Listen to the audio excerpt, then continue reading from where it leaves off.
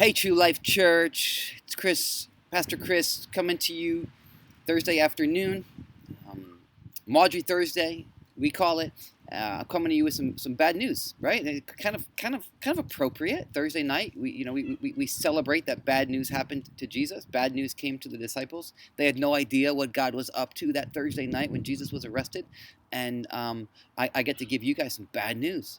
Jess and I are tested positive for COVID. We're down with COVID right now. Our primary symptoms are nausea and body aches and headache. No fever. Not really respiratory stuff. She's got a cough, but nothing serious. We thank you for your prayers. Some of you guys have found out already. We've had to contact life groups and such. We've had to contact people who we believe we were had exposed. Ask you, or let you know. Tell you if you want to get tested, you should do that.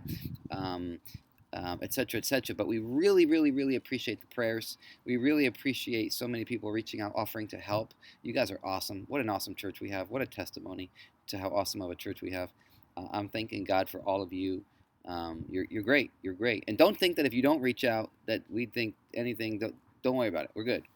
Thank you. We're all good. I'll answer that for everybody. We're good.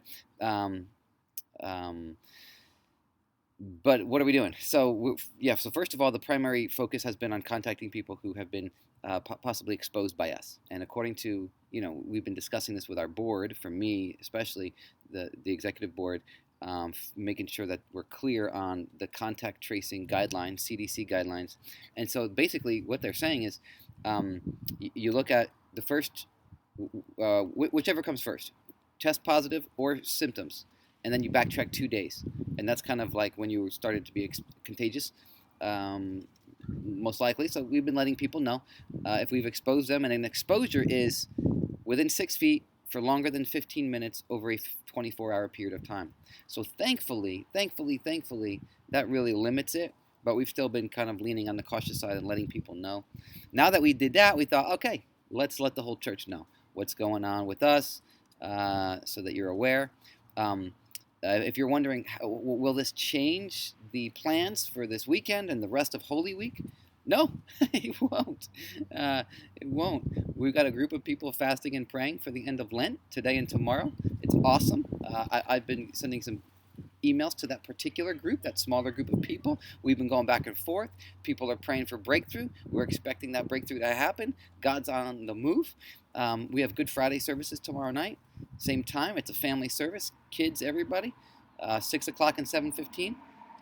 It's going to be awesome. We're not going to be there. We're going to be watching online. We're going to join the online crew. We're going to be ready to receive communion with everybody at the end. It's going to be wonderful.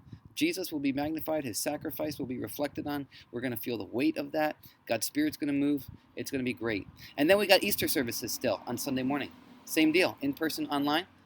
My family will not be joining you in person, but we'll be joining you online. We'll be watching online. I will be doing the message. Here's the one difference. I'll be doing the message over video. I'm going to record it Saturday, and you'll be seeing it. I asked our staff, our team, if we should find somebody else or if I should give the Easter message that I was planning, and they kind of were unanimous, like, hey, if this has been on your heart, let's do it. Let's roll with it.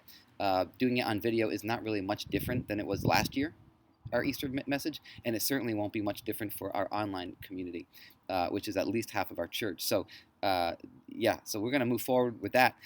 So I'm excited about that message, and I'm expecting God to move, whether you're in person on Easter or watching online. God's going to be up to something good. He's going to show you what resurrection life is all about.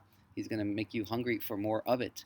So that's the scoop on us. Again, we thank you for your prayers. We thank you for your offers to help. Let's put the focus on Jesus this weekend. Let's make sure he is the focus, his sacrifice, and then his busting out of that grave. All right, everybody. Love you all.